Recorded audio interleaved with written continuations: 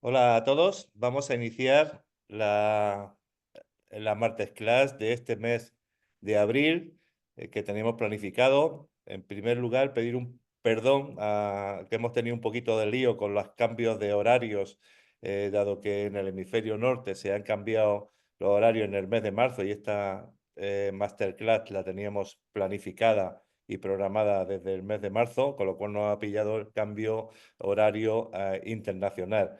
Hemos mandado recordatorio y bueno, pues nuestro horario habitual es las 4 horas de España, con lo cual aquí estamos para, bueno, pues tener la oportunidad de compartir los conocimientos desde la Asociación Internacional para la Cooperación y la Prevención del Fraude, ICPF.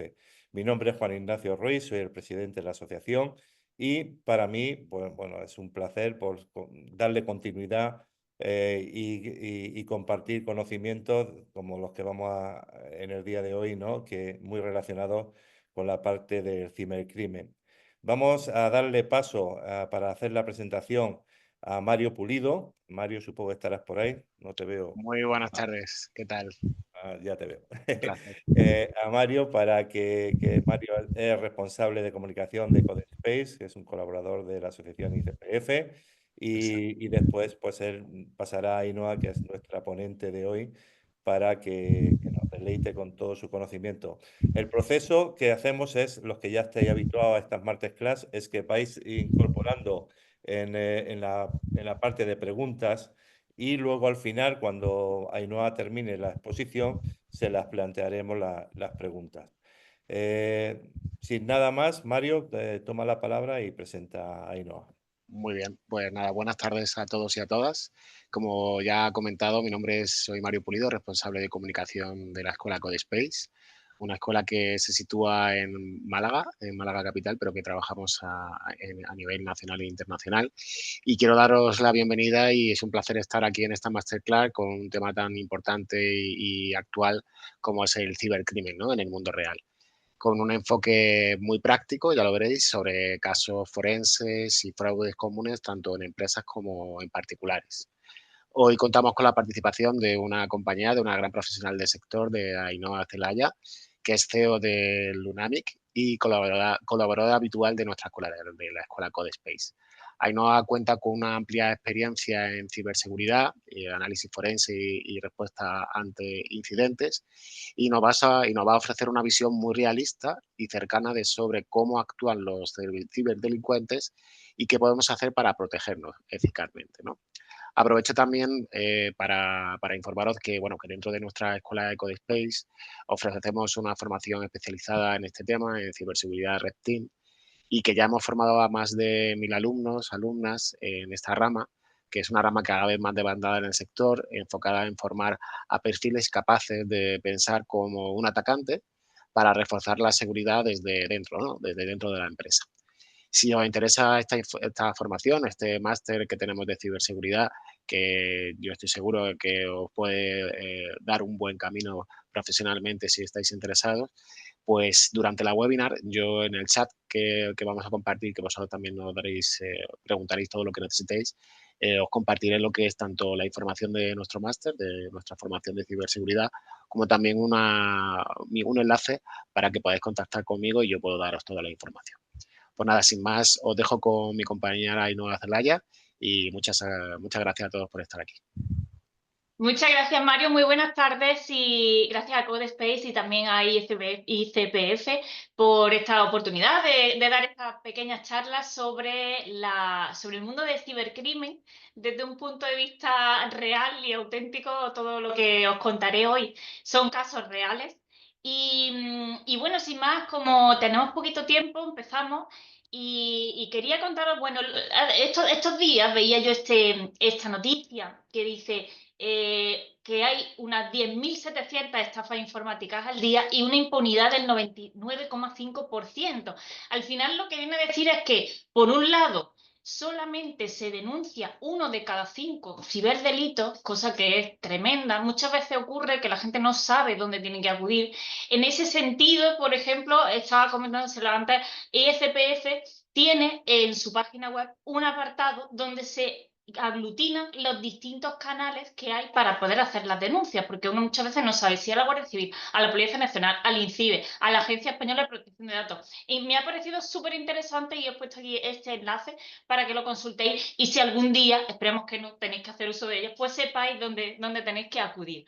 Al final, bueno, pues resulta que si ya se denuncia poco, además, las sentencias condenatorias solamente son el 0,5% de los casos, porque muchas veces son anónimas, porque muchas veces no se llega a la práctica a hacer una condena, ya que en el caso penal siempre hay que demostrar la culpabilidad, y esta problemática no la estamos encontrando. Pero bueno, al final también creo que lo más importante es que haya una buena concienciación, una buena formación, de forma que bueno, no se lleguen a cometer tantos delitos. ¿Por qué? Porque estemos preparados y no nos llegue a pasar. Y en base a esto es lo que os quiero yo contar hoy.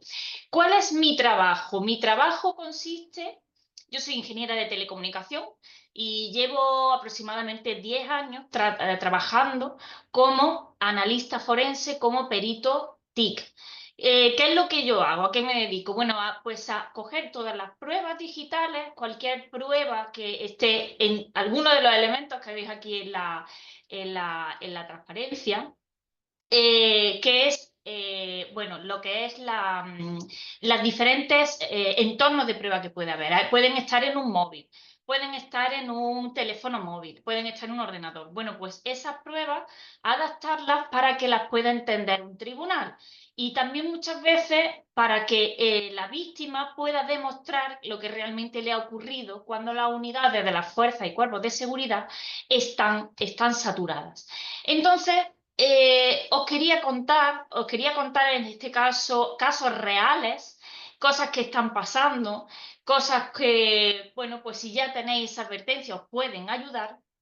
Y bueno, pues son una selección, yo llevo como aproximadamente unos 300 informes periciales en estos 10 años y sí ha habido casos que se han repetido a lo largo del tiempo, casos que sí están directamente relacionados con el mundo del cibercrimen y la ciberestafa, porque como comprenderéis, el mundo de las pruebas digitales no solo abarca el mundo del cibercrimen, sino que hoy día pues cualquier ámbito del derecho, ya llámese herencia, problemas de familia, de laboral, también implica muchas veces este tipo de pruebas. Pero hoy nos centraremos en estas relacionadas con el cibercrimen. Y bueno, el primer caso que os quería contar es el que le llamo yo, mi banco me ha dicho miau. Este es el caso del famoso caso del smishing, ¿no? De los SMS que llegan a nuestro móvil y parece que vienen de nuestro banco. ¿Por qué? Esto ocurre porque el protocolo de comunicaciones del SMS es muy antiguo y permite lo que se llama el spoofing o la suplantación, es decir, uno puede de manera sencilla hacer que parezca que el número del que viene un mensaje, al igual que de una llamada, al igual que de un correo electrónico, es el que uno quiera. Entonces, los ciberdelincuentes tienen bastante fácil el mandar un SMS y hacer parecer que viene del banco. Y por eso nos llega en la misma línea, en el mismo hilo de mensajes donde tenemos los de nuestro banco real. Y por eso ha habido tantas y tantas personas que han caído en este tipo de estafa. Es decir, llega ese mensaje que, bueno, hay variantes, pero bueno, puede ser, hemos detectado un intento de acceso a su cuenta, pulse aquí para solucionarlo, básicamente. Y al final viene un enlace donde nos van a llevar o bien a una página que sea muy parecida a la de nuestro banco o nos va a descargar una aplicación que también va a suplantar muy parecida a la del banco. Y finalmente van a conseguir que le demos las claves, porque luego esto se suele acompañar de una llamada también con spoofing de, oye, dame la clave que te acabo de dar y al final lo que se trata es de que están haciendo una transferencia o que están cambiando el número de teléfono móvil al del ciberdelincuente y al final pues consiguen robar ese dinero. ¿Qué ocurre? Bueno, hace años, cuando esto empezó a ocurrir, uno se iba a la policía, denunciaba, te ibas al banco y pues el banco sin mucho más problema te devolvía el dinero. ¿Qué pasó? Pues que con el tiempo, al haber habido tantas estafas, tantos casos de este tipo, los bancos han decidido ponerse de perfil y decir, pues en principio no te lo voy a devolver. Y a menos que uno ya se meta en ir con un abogado, ir con un peritaje, pues normalmente no le devuelven ese dinero. Lo que sí es cierto es que yo de todos los casos que he tenido, de todos los casos que tengo conocimiento, a todos se le ha dado finalmente la razón a los clientes, porque al final los bancos tienen unos seguros que pretenden, o sea, que sirven para esto precisamente, ¿no? Para cubrir este tipo de casos. El banco siempre se acoge a que ha sido una imprudencia del cliente, pero los juzgados, los tribunales, le están dando la razón a los particulares, dado que no es cierto. Ellos están utilizando además unos protocolos que contienen inseguridades y por esto, últimamente, ya los bancos, las entidades bancarias, están usando cada vez menos el SMS para códigos de confirmación. Lo están haciendo a través de sus propias aplicaciones, que ya tienen otro nivel de seguridad. Pero bueno, realmente esto todavía sigue ocurriendo y tenemos que estar alerta, ¿no? El siguiente caso, también muy habitual, ha sido en los últimos 4 o 5 años, ha sido una verdadera plaga entre las empresas, el caso de las facturas falsas, las facturas fantasma, ¿no? Es decir, típico caso de una empresa que tiene, pues, qué sé yo, un proveedor al que le manda una factura pues del orden, pues normalmente estos son estafas dirigidas y suelen tener un valor importante, desde 3.000, 5.000 hasta 30, 60 o más de 100.000 euros, como he tenido yo algún caso, ¿no? Una factura donde dice, mira, esta factura es real, todo es igual y de verdad se debía ese dinero, pero te dicen, hemos cambiado el número de cuenta. Entonces, claro, el cliente paga esa factura a ese número de cuenta que viene en esa factura y al cabo del tiempo, pues el proveedor dice, oiga, que a mí no me ha llegado nada. Y cuando se dan cuenta, resulta que había habido una estafa de este tipo. Al final aquí, ¿qué ocurre? Ocurre varias cosas. Primero, bueno, hay un tema lógicamente penal, ¿no? Un tema que se tiene que denunciar, que la policía tiene que investigar y tirar del hilo de dónde viene esa estafa, la red criminal que hay detrás, y esa investigación lleva su curso. Pero no siempre, como hemos visto, es complicado, las unidades están saturadas, son difíciles de rastrear, pero paralelamente hay un problema entre dos empresas. Una empresa que debe un dinero, que dice que ya no lo debe, y otra que dice que no lo ha cobrado, ¿no? Y entonces aquí, ¿qué es lo que se hace? Hay un litigio entre esas empresas y lo que se hace es determinar en qué lado ha estado la brecha de seguridad, porque aquí al final lo que ocurre es que se han metido en uno, al menos en uno de los dos lados de la comunicación, del correo electrónico concretamente. Entonces, ¿cómo han podido entrar? Pues hay, bueno, múltiples opciones, pues a veces son a través de técnicas de phishing, ¿no? Del típico correo electrónico falso, dame las claves y al final cogen las claves del correo electrónico, a través de data leaks, que se llaman lo que son las brechas de datos, que aparecen, hoy ha salido una brecha de no sé qué foro y que había un montón de cuentas con contraseñas que al final no son las contraseñas del correo electrónico, a lo mejor, pero sí hay mucha gente que reutiliza esas claves. Entonces, si aparece la clave de un foro de canarios y resulta que estamos usando la misma clave en ese foro que en nuestro correo electrónico, pues realmente al final van a tener acceso, ¿no? También el tema de los tokens o out, ¿no? Que esto es muy típico en las cuentas de Gmail, las cuentas de Hotmail. Y también ha ocurrido bastante el propio envenenamiento de DNS de las propias empresas de hosting. Hay varias empresas de hosting, que es donde se alojan los dominios, donde se tiene comprado el dominio, donde gestionan el correo electrónico, que han sufrido ataques a nivel de servidor. Y aquí sí que ya no es culpa ni de uno ni de otro, sino de la empresa intermediaria que luego se lo tienen que reclamar, ¿no? Pero bueno, al final se trata de, en base a las pruebas que se tienen, de las cabeceras del correo, del análisis del servidor, de los bloques y demás, pues se puede saber de qué lado, de quién tuvo la culpa o a quién se la colaron, por así decirlo. Bien. el tema de la factura fantasma. El número 3, bueno, pues este es el típico de que también es muy conocido en los últimos años, el caso del ransomware, ¿no? Ese secuestro de datos, abrimos un correo con un archivo adjunto, por ejemplo, y al final de repente se empiezan a encriptar todos los datos de nuestro ordenador y nos piden una clave para poder, o sea, nos piden un rescate, un dinero, para darnos la clave y poder recuperar nuestros datos. Lo que ocurre en estos casos, bueno, hay quien paga, hay quien no paga. La recomendación, lógicamente, es no pagar, porque muchas veces se paga y igualmente no te los dan, o te piden más dinero una segunda vez. Pero en este caso que titulo, ¿no? No quiere una estafa, pues toma dos. Fue un caso concretamente que tuve hace unos años, que además de ellos le encriptaron todos los datos, los tenían en un disco, tenían todos esos datos en un disco externo, y había una empresa que les prometía que se los recuperaban. Y bueno, pagaron un dinero a esa empresa. Además, la empresa decía que si no lo recuperaban, les devolvían el dinero. Bueno, pues la empresa supuestamente recupera los datos, pagan el dinero que estaba estipulado, pero les dicen que realmente que ellos lo han recuperado, pero que los archivos estaban corruptos y que por eso no los pueden abrir. Entonces, claro, eso al final yo lo que hice fue un peritaje sobre este disco que demostraba que los archivos no estaban corruptos, sino que seguían encriptados, con lo cual esta empresa no había hecho realmente su trabajo. Entonces, bueno, pues es el caso de no querer una estafa, pues toma dos.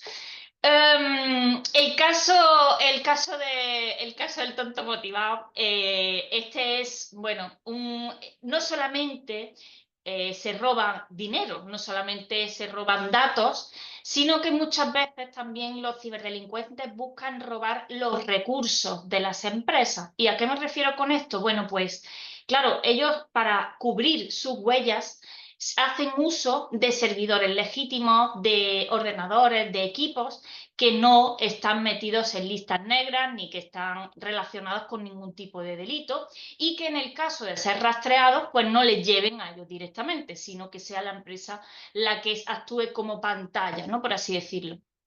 Este es un caso de una empresa en la que el CEO llega un día y recibe un correo de la policía, donde le dicen que en una investigación ha aparecido la dirección IP de su empresa, su dirección IP pública, como que desde esa IP se habían realizado transferencias fraudulentas, transferencias a cuentas robadas.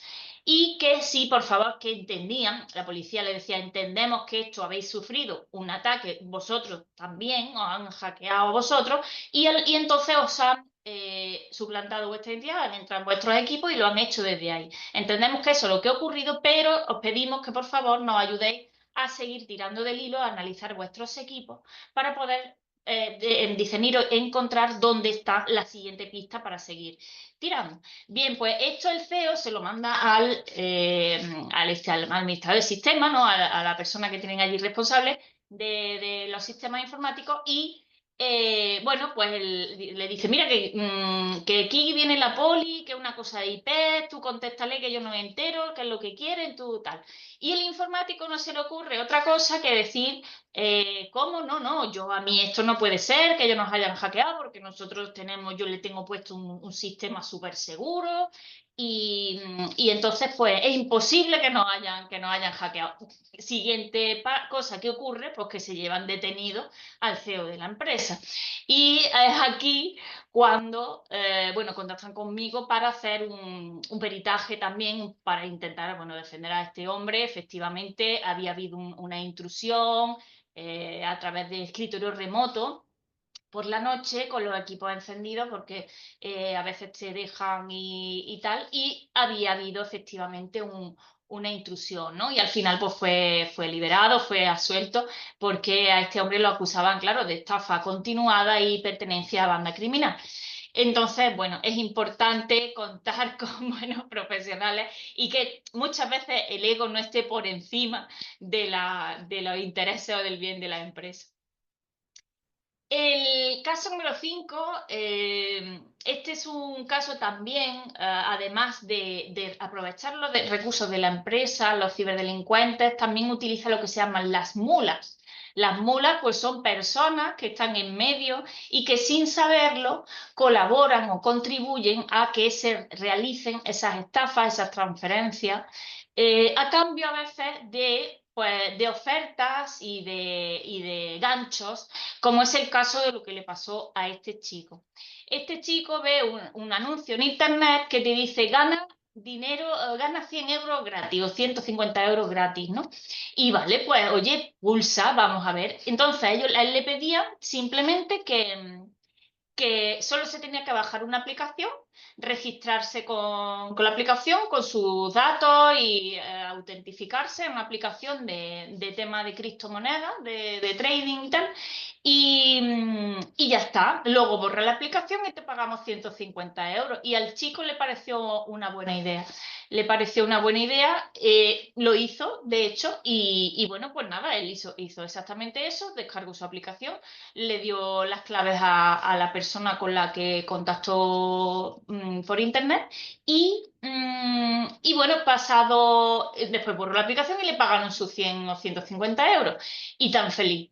Y al poco tiempo, pues le llega una denuncia de la policía, pues en el que resulta que a través de esa cuenta que él había creado, de ese perfil, se habían transferido dinero de cuentas que se habían robado a través de un sistema de phishing de esto de los que hemos hablado al principio, de lo de mi banco me ha dicho miau. Bueno, pues una vez que acceden, siguiente paso, me llevo el dinero a través de una aplicación de este tipo para que resulte irrastreable, porque ahí en este caso sí lo cogieron a tiempo, pero normalmente después lo que hacen es empezar a hacer diferentes transferencias de dinero, inversiones y demás en cripto, y eso ya es muy difícil o imposible de rastrear o de recuperar. Pero claro, aquí este chico se encuentra con que el que aparece para todo es su perfil, es su cara, porque además se tuvo que identificar con su fotografía, con una foto en directo de su cara, en fin. Con lo cual, pues bueno, ahí estaba metido en ese fregado. Y aquí en este caso, bueno, mi parte es ayudar a la defensa de este chico con todas las pruebas a demostrar que realmente él no era quien hizo esta transferencia, sino que fue víctima a su vez de una estafa. El siguiente caso, el caso de II, de inteligencia inmoral, es un caso también muy típico y del que se habla poco, que es el tema de los insiders. Los insiders son las personas que trabajan dentro de las empresas y que pues tienen acceso a los recursos y a las cuentas y a todo, y que muchas veces también roban directamente a través de medios informáticos, pero al final también es un ciberdelito. En este caso, bueno, hay muchas variantes. He tenido casos de negocios pues, que iban de todo tipo, ¿no? Farmacia, ferretería y demás. Pero, bueno, por ejemplo, el caso en la hostelería. En la hostelería es bastante común que, bueno, no digo que ocurra en todos los casos, pero quiero decir que es habitual, ocurre bastante, ¿no? Que hay personas dentro de los empleados que hacen distintas técnicas para llevarse el dinero. Por ejemplo, emitir un ticket, emitir el ticket, el cliente paga en efectivo, el camarero se queda con el efectivo y anula el ticket, ¿no? Eso, pues, en principio, pues puede ser una de las formas. Esto hecho hay más formas, ¿no? Diferentes. Pero en uno de los casos que yo tuve, la persona había llegado a poder comprarse una casa solamente con todo lo que había sacado después de años y años de hacer este tipo de robo. En este sentido, muy importante que las empresas, que no siempre lo hacen, tengan sistemas de monitorización, sistemas de logs, que puedan permitir rastrear qué es lo que hace cada empleado, que tenga sistemas incluso algunos que tienen ya sistemas de inteligencia artificial, que cuando ven comportamientos raros, como que un mismo camarero anula más tickets que los demás, ese tipo de cosas las detecta. Y es importante porque después, de cara a lógicamente, a un despido y a una denuncia y a una reclamación de esas cantidades, es muy importante que especialmente en el ámbito laboral esté muy bien demostrado y no tenga ningún resquicio, porque en ese ámbito siempre los tribunales se suelen decantar más por el lado más vulnerable, que es el lado del trabajador. Entonces hay que tener esto en cuenta y habilitar los logs, por ejemplo, en los SharePoint de Microsoft o en los casos de los programas de TPV, en los programas de contabilidad, pues tener siempre esos sistemas que nos ayuden a rastrear después de dónde ha venido el timo, la estafa o el robo. Y casi ya para terminar, en el caso de los delitos informáticos, porque al final no deja de ser delitos de la informática o de la tecnología, de la información y las comunicaciones, de las TIC, es el caso de las exparejas. Exparejas, bueno, a veces son las propias parejas, pero normalmente pasa cuando la relación ya se ha terminado. El caso Mi exnovio es de la CIA es un caso también repetido muchas veces, que es el de la pareja que consigue espiar todo lo que hace su expareja, ¿no? Y no hay que ser hacker, no hay que ser un súper entendido ni súper experto, ¿no? en sistemas de información. Basta con tener el acceso a las claves, por ejemplo, de la cuenta de Google para poder saber dónde está esa persona en tiempo real, qué cosas hace, qué cosas busca, bueno, qué aplicación utiliza, etcétera. Es más habitual de lo que parece. Sí es verdad que a veces también tengo casos de personas que creen que la están espiando, que no es tan fácil y que no es así, sobre todo en el caso de WhatsApp y demás. Pero sí que he tenido casos, unos cuantos concretamente, en los que efectivamente habían entrado su expareja en su cuenta de Google y tenía acceso a todos estos registros. Claro, la muchacha decía, yo es que voy al supermercado y me encuentro a mí, voy al cine y me lo encuentro, voy a no sé dónde me lo encuentro. Y tenía esa problemática y había acudido a denunciar y no le habían hecho caso, que esto a veces ocurre, ¿no? Que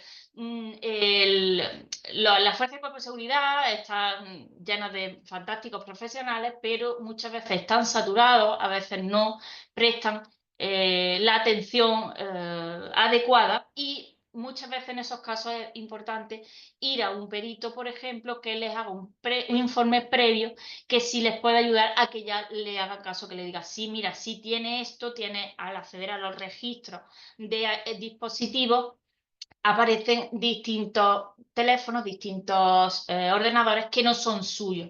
Y eso ya es un indicio de que alguien más está entrando ahí. Y con eso ya sí que se cursa para adelante lo que es la denuncia.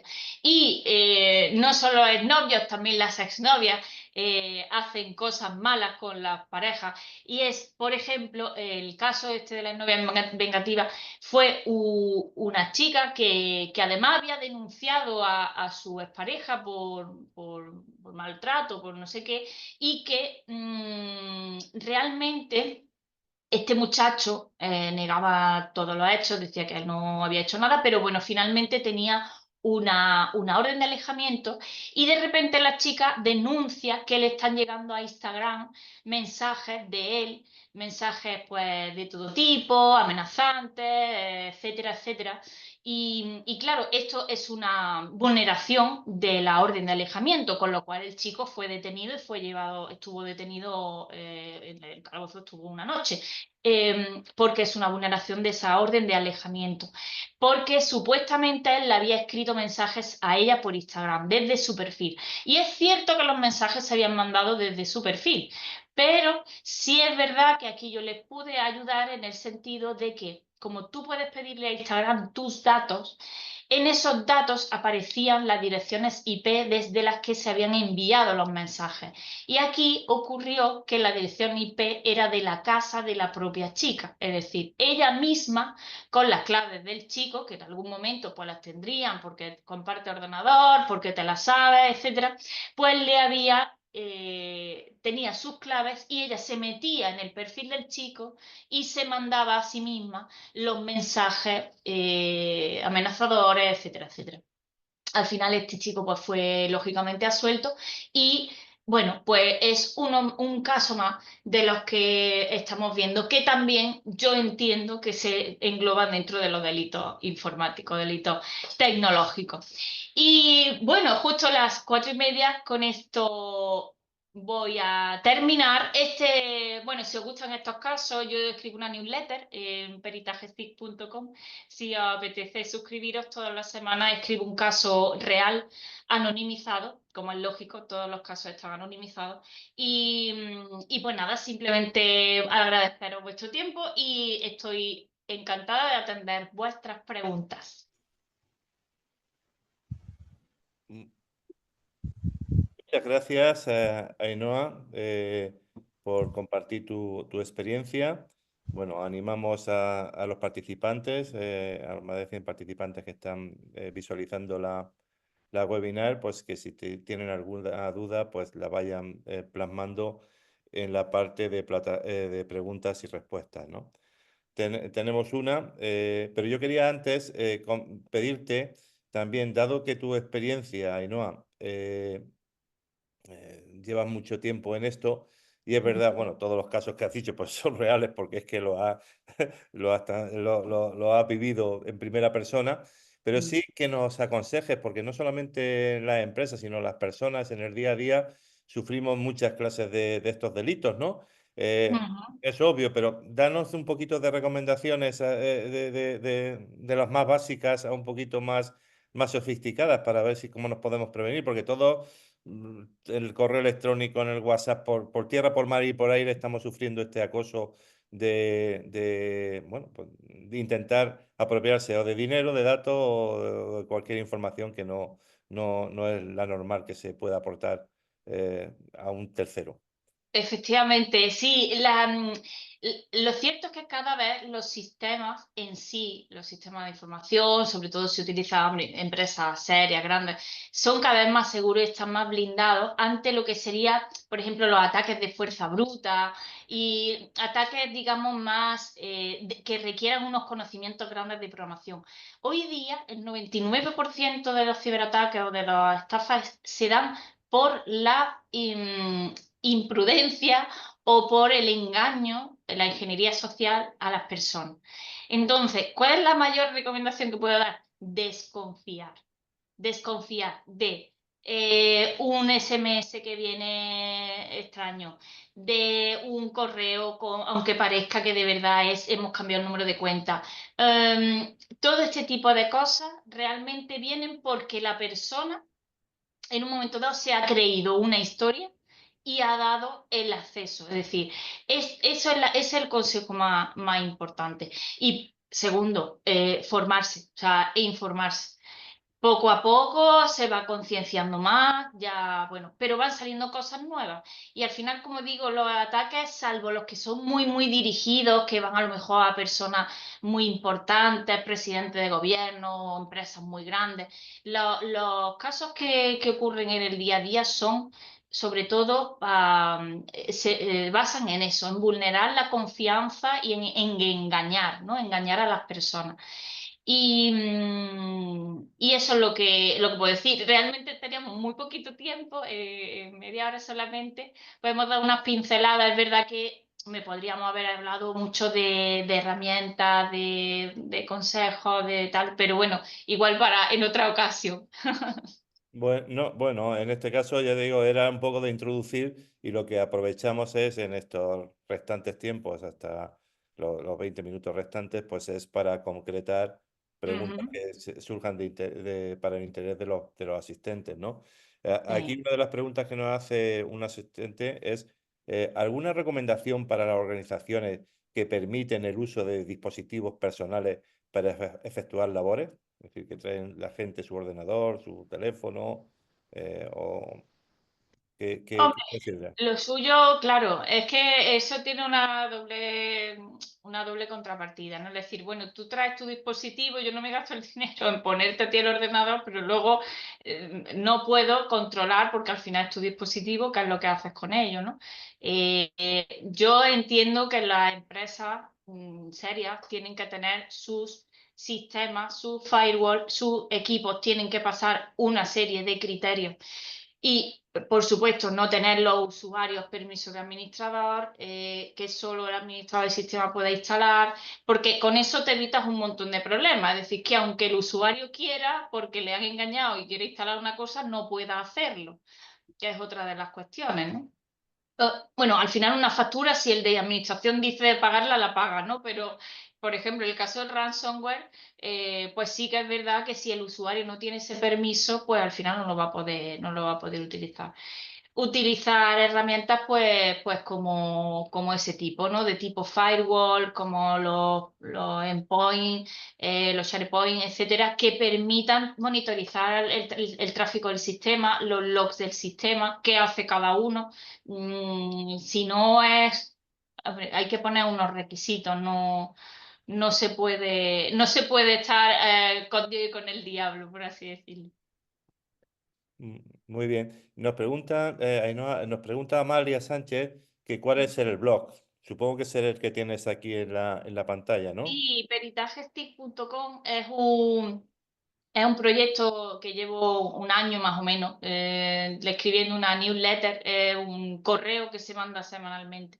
No es un blog en sí, es una newsletter. Pero bueno, ahora estoy a punto de sacar el libro también, así que bueno. Recopilando todos esos casos, porque son ya llevo un año escribiéndolo, pues como 70 o 80 casos, así contado un poco en esta línea, ¿no? Siendo respetuoso, a veces también me tomo alguna licencia de darle un toquecillo de humor, pero bueno, siempre desde el respeto y desde la anonimidad de los clientes, por supuesto. Pero bueno, creo que puede ser interesante, sobre todo para lo que decimos, que se sepa qué cosas pasan y teniendo la información tenemos el poder y se puede evitar. Sí. Amalia pregunta, ¿es peritajes tic.com? Sí, eso Peritajes es. y es el que Eso. está en la pantalla, que aparece Sí, en está la en la pantalla, peritagestic.com. TIC. Eh, un asistente también nos pregunta que se ha quedado con la gana de cuáles eran las consecuencias, ¿no? Buenas tardes, gracias, súper interesante todos los casos, pero me quedo con las ganas de saber qué consecuencias hubo para esa exvengativa tras haberse confirmado que había presentado falsas denuncias de amenaza, además de haber suplantado la identidad del propio ex. Pues en este caso, efectivamente, eso mismo decía el muchacho, porque el muchacho fue absuelto y bueno, ya pues incluso también del resto de cargos, también al final todo se demostró que no había verdad, ¿no? Y que esta chica no estaba tampoco muy bien. Y él, me acuerdo que le hacía la pregunta al abogado y decía, bueno, ¿y esto? Que a mí, esta denuncia falsa, esto que me ha hecho, esto no... y la abogada le dijo, conténtate que ha salido absuelto y no te metas en más fregado porque finalmente no se tomaron medidas contra esa persona. Quedó ahí la cosa. Ay, la igualdad. Eh, em, José Flores nos dice cuál es la forma de poder culturizar o sensibilizar a las personas con respecto a los ataques cibernéticos. Pues una gran pregunta, hombre, si hay muchas iniciativas, se pueden hacer cursos incluso gratuitos, formación bonificada en las empresas, INCIBE tiene un montón de material, la Oficina de Seguridad del Internauta tiene un montón de material, hay vídeos en internet, vídeos en YouTube, los propios colegios también están llevando a cabo muchas iniciativas, colegios, institutos, que se dan charlas. Realmente no hay que saber grandes cosas súper complicadas, y con saber una serie de conceptos muy básicos tienes cubierto como digo, 90 y tantos por ciento de los riesgos, ¿no? Eh, Eso es lo que os puedo decir. Yo ahí puedo, si me permitís, puedo hacer también una cosa, una información puntual en el sentido de, ya que he hablado de cursos y demás, dentro de de lo que es Codespace, pues estamos muy sensibilizados con el tema de la ciberseguridad y tanto la formación que ya he puesto por el chat, nuestra formación del máster de ciberseguridad, que es tanto para particulares como para empresas, porque aunque está muy dirigido a profesionales que se quieran dedicar en un futuro próximo a todo este tema y además como está tan demandado dentro de las empresas, es una manera también de sensibilizar ya a las empresas, partiendo desde ahí, de la empresa, de todo lo que tú nos has contado ahí, ¿no? Pero con esa formación, formar a esos profesionales que ya están dentro de la empresa, ¿no? Y luego, aparte de, o aquellos profesionales que están buscando, ¿no? Las empresas para captarlos y tener ese talento dentro de la empresa. Y luego también tenemos formación más a medio y también, pues depende del sector, pues necesitarán enfocar el tema de la ciberseguridad para un lado o para otro, ¿no? Para una línea o para otra. Pero creo que es muy importante todo lo que tú has comentado, pero también darse esa sensibilización de que haya profesionales dentro de las empresas que sepan lo que se hace y cómo tienen que hacerlo, ¿no? Qué mejor que con una formación. Por supuesto que sí. Ahí nos pregunta Ingrid Xiomara, ¿cuál es el caso más complicado que te has enfrentado durante tu carrera y por qué? Y Uf, consejos prácticos para que se pueda implementar en la prevención del fraude. pues, hombre, he tenido varios casos complicados. Quizá uno de los más, sí, o de los que más me llegaron fue uno de un chico que acusaron de asesinato, acusaron de haber matado a una persona. De hecho, estuvo 3 años y medio en prisión preventiva, porque la policía encontró en las antenas que había alrededor de la escena del crimen, aparecía su teléfono y bueno, él tenía antecedentes penales, no eran cosas menores, pero tenía antecedentes. Bueno, y al final le encasquetaron, por así decirlo, este crimen. Incluso vino la policía de Madrid, hicieron un estudio con unos aparatos que medían la intensidad de las antenas, tal, y el muchacho defendía que no, que él era inocente, ¿no? Y finalmente, después de mucho trabajo, la verdad es que sí fue un caso complicado, un caso con un tribunal conjurado y demás, se pudo demostrar que efectivamente él no había estado en el punto donde habían ocurrido los hechos y fue absuelto por unanimidad. Y ese es un caso que siempre voy a recordar, ¿no? Más que también por la implicación, ¿no? De lo que es una persona le pedían prisión permanente revisable por ser un tema relacionado con bandas criminales y demás, ¿no? Y muchísimos casos, ya digo que más o menos casi por el 300 y de muchos tipos, ¿no? También muchas veces los sistemas de información, cuando son empresas, rastrear lo que ha hecho un empleado que no tenía que hacer, pues cotejarlo en las distintas bases de datos, cuando los programas en sí no tienen unos logs claros, sino que tú tienes que ir buscando de un lado, de otro, cotejando muchas horas ahí de trabajo. Pero bueno, al final es un trabajo, como yo digo, muy satisfactorio que permite ayudar a muchas personas que se defiendan la verdad y la justicia, que al final es lo importante, y que realmente creo que es cada vez más necesario. Muy bien, Ainhoa. Tenemos también dentro de este panel, nos acompaña nuestro vicepresidente del ICPF, Albert Salvador, ¿no? Y como él tiene mucha experiencia también y buenas prácticas, quería comentarnos también una cosita. Albert, hazlo tú en Muchas, directo. muchas gracias, Juan Ignacio. Muchas gracias, Ainhoa, por la presentación. Mira, te quería trasladar o, bueno, hacer una pequeña reflexión y también un poco tu opinión, más allá del punto técnico, ¿no? Un poco para el tema de las coberturas legales. Cuando se entrega un dispositivo móvil, un dispositivo, ya sea un dispositivo eh, Bring eh, your own device, ¿no? sí, sí, sí, sí. El tema de las políticas de IT o una política de dispositivos móviles, ¿no? Para un poco para cubrirte el tema de las investigaciones en el caso de que tengas que, pues eso, ¿no? Que utilizar o rastrear algún tipo de teléfono, de correos electrónicos, ¿no? Durante el tema de investigación, ¿no? Un poco trasladarte esto un poco cómo lo solucionas tú ante los juzgados o qué es lo que recomiendas a las empresas, ¿no? que entreguen esos dispositivos a los empleados. Claro, ellos tienen que firmarte el consentimiento cuando son, bueno, a ver, yo no soy abogada y me meto a lo mejor en temas que no me tengo que meter, pero bueno, al final hay que tener mucho cuidado con eso.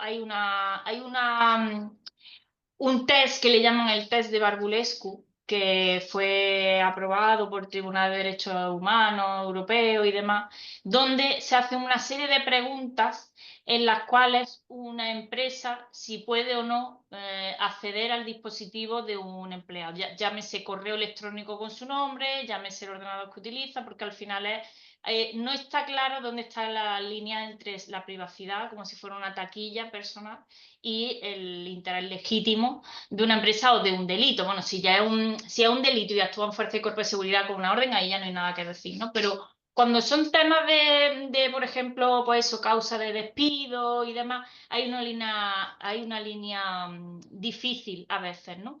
Yo siempre pido que le pidan, bueno, que firmen por escrito todo si tiene la 27001, hay un apartado que solamente trata de eso, ¿no? Del tema de lo que deben de firmar en el trabajo, en la ISO. Y yo cuando voy a peritar algún ordenador, algún móvil, lo que sea, igualmente pido que me firmen un papel donde me autorizan y donde dicen que tienen autorización para cubrir un poco las espaldas también, ¿no?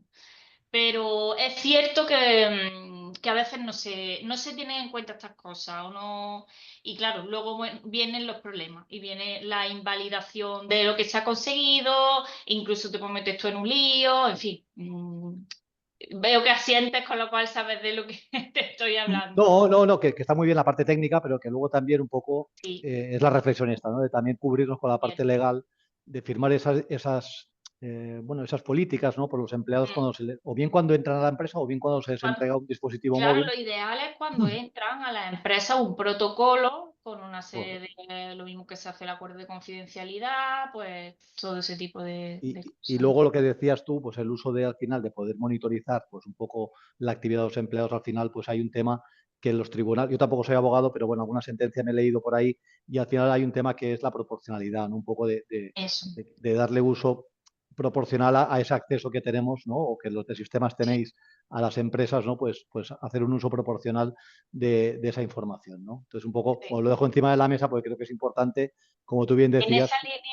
En esa línea va lo de Barbulescu. Si lo puedes, vamos, Sí, lo conozco, al mismo que lo Co- buscáis, pues lo conocéis. conozco. Y en esa línea va, pero tampoco o sea, no son cosas exactas y concretas. Es como, bueno, ahí hay interpretación, ¿no? Hay posibilidad de interpretación.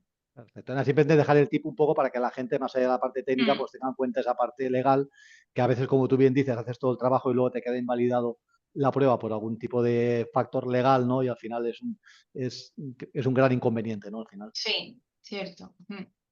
Mm. La verdad es que muchas veces haciendo investigaciones, uno se puede saltar alguna regla y haber invalidado una investigación de mucho tiempo y importante por algo, por haberse saltado alguna normativa legal, ¿no? Y hay que tener cuidado, hay que O hacer la parte cargársela, que no técnica. el primero que se carga, que llegan los problemas, uy, que me ha atacado, uy, que no sé qué, que me mandado un correo, y borro, formateo, el móvil, los ordenadores, todo lo borrelo, y que yo, pero ahora, ¿qué hago yo? No me he dejado nada. Eso hay también que tenerlo en cuenta, que entramos en pánico, lo borramos todo y luego no se pueden demostrar las cosas. Bueno, José Flores también nos hace una aportación. ¿Qué es lo que se debe priorizar en una empresa? ¿La ejecución de la gestión de riesgos o actuar reactivamente? Es decir, la parte de prevención. Y en la segunda parte de la pregunta es, ¿cómo implementar una gestión de riesgos en una organización? Hombre, esas dos preguntas son para estar una horita más por lo menos aquí charlando.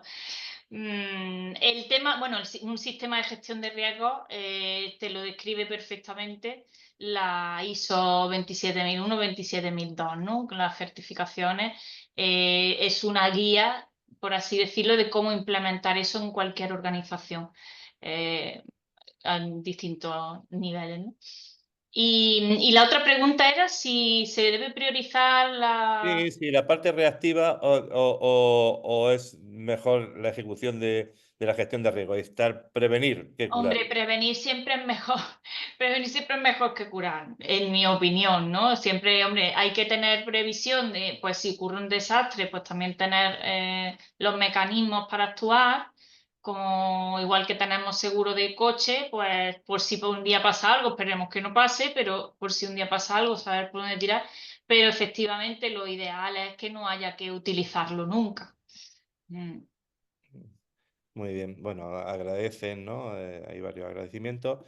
Eh, Otra de las preguntas, en el uso del navegador de Internet, una de Mm. las buenas prácticas es verificar que sean sitios seguros, el Mm. candadito.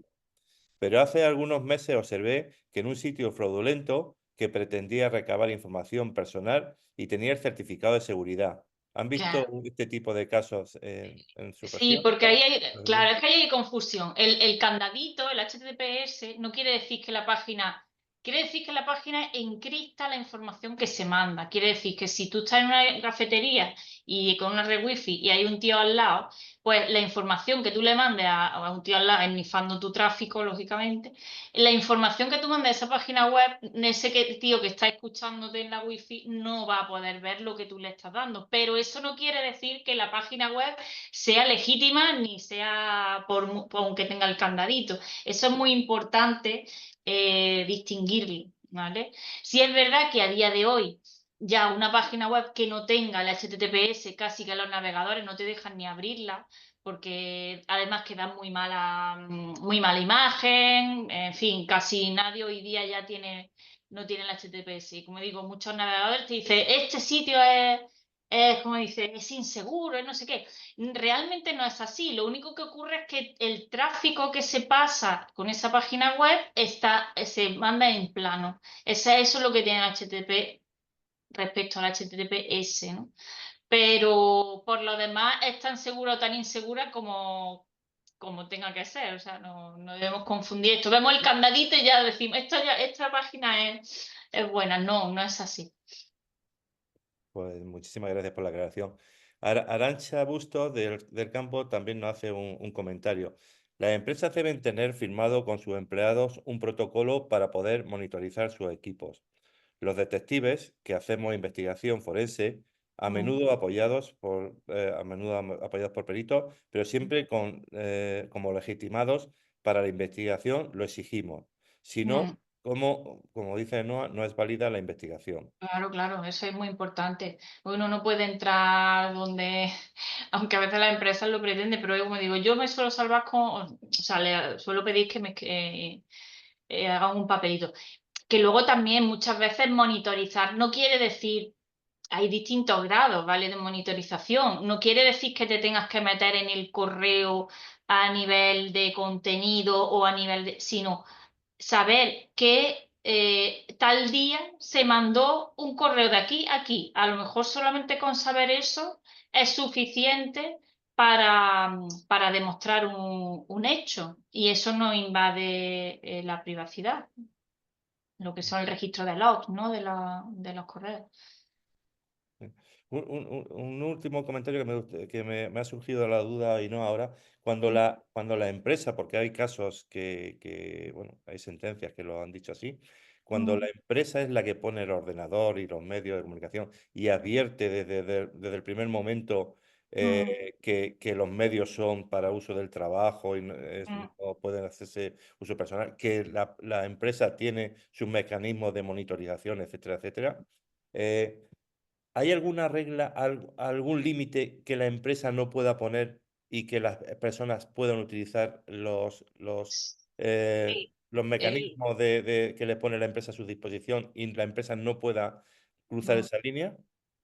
Sí, efectivamente, incluso así se puede pelear. Es lo que comentábamos antes, comentaba Albert de la proporcionalidad. Hay cosas que siempre van a ser del ámbito privado, como son pues datos sensibles, si uno tiene, por ejemplo, yo que sé, pues fotografía privada, cosas del ámbito personal. Es muy difícil en muchas ocasiones, y hay sentencias contradictorias. Insisto, me estoy metiendo en un tema de abogados que no, es pero por eso he hay preguntado, porque sentencias, ese sí, tema hay sentencias contradictorias según el tribunal que caiga, donde le dan la razón a veces a la empresa y a veces se la dan al empleado, en base a la proporcionalidad de lo que se ha monitorizado, los datos que se han cogido, si realmente había un indicio, una sospecha, todo eso se describe un poco en el test Barbulesco. Si hay una causa justificada, si hay una proporcionalidad, si no había otra forma menos invasiva de hacerlo que la que se ha utilizado. En fin, no se puede dar, o yo no estoy capacitada para dar una respuesta contundente o concreta en ese sentido. son grises, sí. Y ya, Cuanto más datos tenga la empresa, mejor, la verdad. vale. Pero incluso así puede llegar a ser inconstitucional. O sea, tú le puedes decir a un empleado, me vas a vender tu alma para los 1.000 millones de años de la eternidad. Y lógicamente luego no ser legal, no ser válido. Y ya para terminar, Alina Vázquez nos pregunta, entonces, ¿qué medios se puede implementar cuando no tenemos un protocolo establecido para monitorizar los equipos y correo de los colaboradores? Es decir, si no se tiene... Hombre, si no se tiene que ponerlo. Como digo, por ejemplo, unos muy sencillos son los de, yo no le quiero hacer publicidad a nadie, pero bueno, los de Microsoft, ¿no? O los mismos de Google, ¿no? Los Google Suite. Google Suite tiene un sistema de logs, Microsoft 365 también, el registro de auditoría que se llama. Fin, ya cada uno la herramienta que decida, pero que la que se ponga, que a lo que me venía a referir, primero que se active, porque luego pasa que lo tienes pero no lo tienes activado, ese es un problema. Y otro, pues que el programa que a lo mejor tú estás utilizando, pues que por lo que sea no lo tiene, pues oiga, ponga uno que sí lo tenga. Tengamos esto en cuenta. Y a mí lo que me gustaría que quedara después de explicar esto, que pasa un montón, ¿vale? Lo de los gente los empleados que se roban y tal, pues que pongan utilicen programas que tengan este tipo de medidas, ¿no? Muy bien. Pues Pues nada. voy a concluir. Bueno, ahora le dejaré a Juan Ignacio. Yo simplemente porque vamos a ir concluyendo ya, porque creo que ya era la última pregunta. Sí, sí. Había una cita que decía que habían dos tipos de empresa, las que habían sufrido un ataque de ciberseguridad y las que le iban a sufrir. Pero yo creo que hay dos tipos de empresa. Las que saben que han sufrido ataque de ciberseguridad y las que lo han sufrido pero no lo saben. Pero no Muy bueno, muy Muy bueno. bien. Bueno, pues nada, agradecer a Ainhoa la presentación, a CodeSpace, Mario, por vuestra siempre Gracias a vosotros. de querer colaborar con el ICPF.